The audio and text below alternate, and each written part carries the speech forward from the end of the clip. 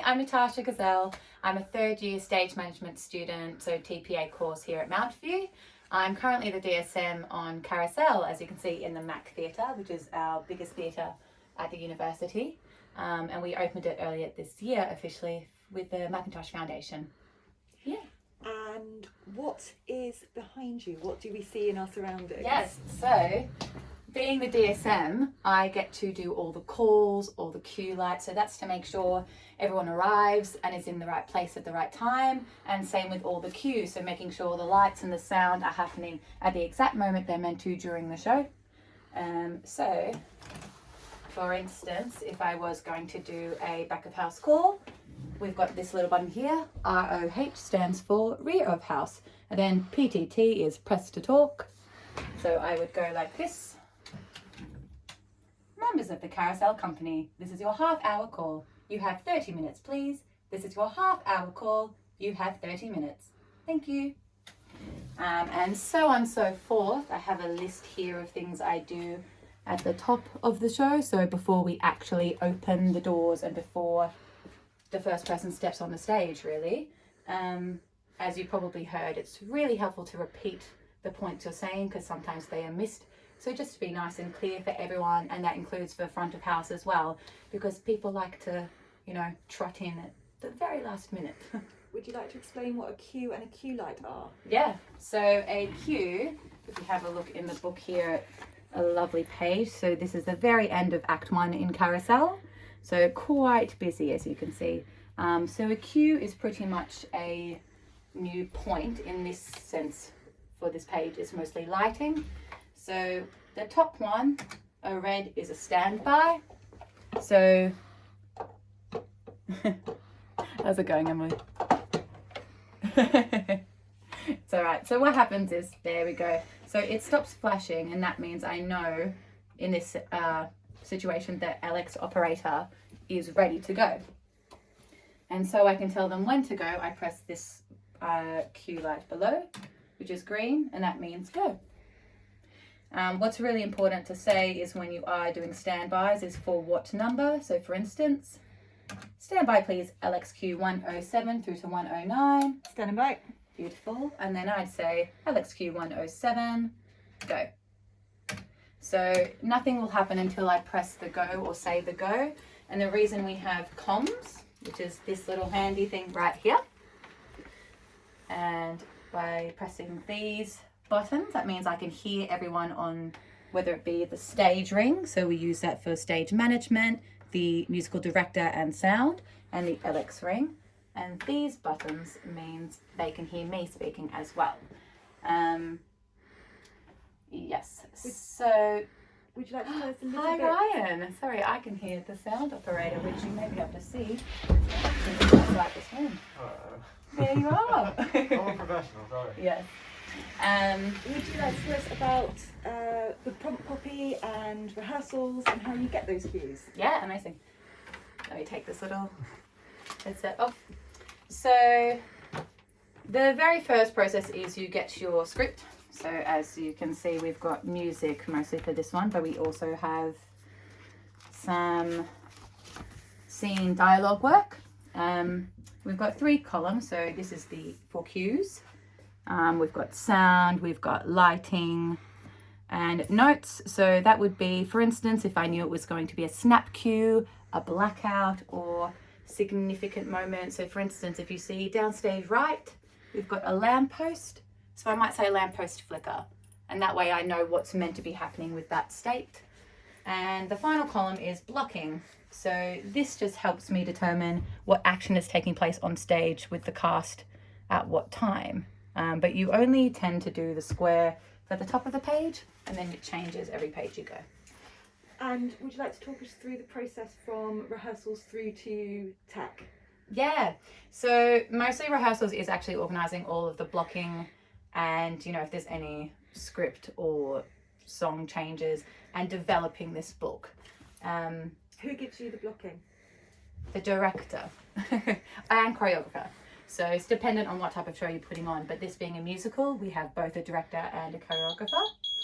Oh, someone's trying to call me. That's what that noise means. Yeah.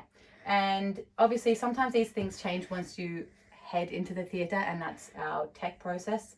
Most of the time you try to be as accurate as possible, so we do what's called a mark out with the stage management team quite early on in the process, and that way you can see what treads, which are stairs, will be in the space prior to entering the theatre. But of course there's only so much you can cater for in a rehearsal room, so there might be minute tweaks once you reach the tech stage. So when we're in tech, that's when I actually get cues stuck into my book, and that's when I first start trialing out how to call the cues for the show. Who gives you the cues? The lighting designer and the sound designer. Usually I get it before the first day of tech.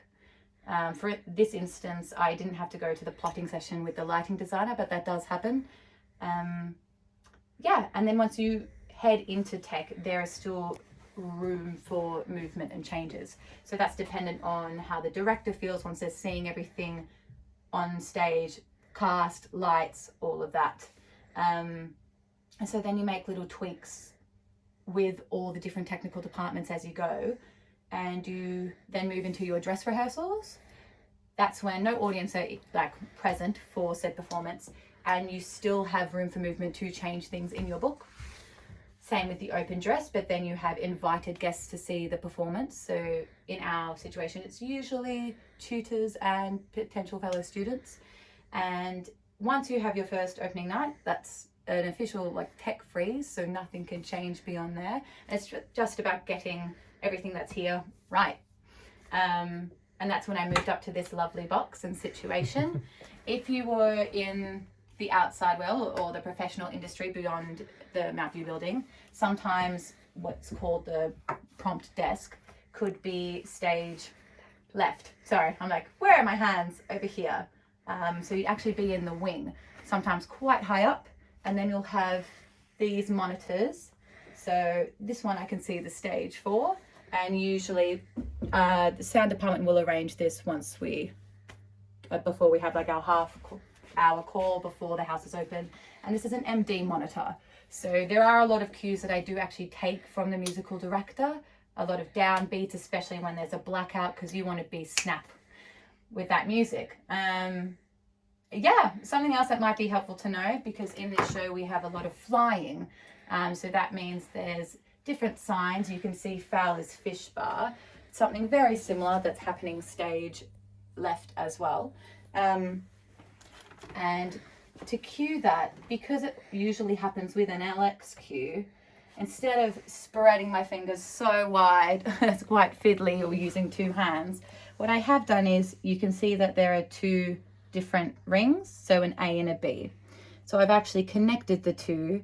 So if I was to press this, it does two in the one go for me, which makes it a lot simpler.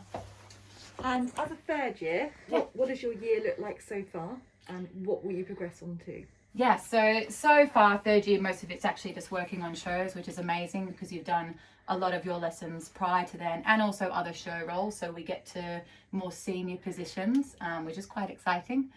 And to finish off the year, I'm actually going to go into follow spotting and a sound 3 role, which is different to my specialization. However, Mountview are quite flexible with that if you're interested in different departments. And it's helpful in my situation, if I was thinking about becoming a production manager later on, then that way I have knowledge of all technical departments.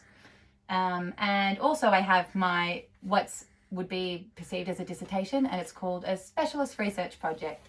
I did an independent research project, I believe that's what it's called in second year. So it's kind of to get you in the realm of what is expected before you graduate for your final year. And that time I focused on stage management, and this time around I'm actually going to look at sound just to, broaden my knowledge and give that a whirl, because why not? It's nice having all the options. And how has your first and second year set you up for your third year? Yeah, so the first half of your first year is mostly lesson based, and you get to look at all departments. It's not just your specialty. And then the second half is usually when you step into your first show role. So from a stage management perspective, it will be as an assistant stage manager or an ASM. Then you come into second year and you go back into lessons, but it's to specialize in whether it be lighting, sound, or stage management. And then again, head into show roles and the IRP, so Independent Research Project that I mentioned. And pretty much it's all to set you up for your final year, so you're working at an advanced level.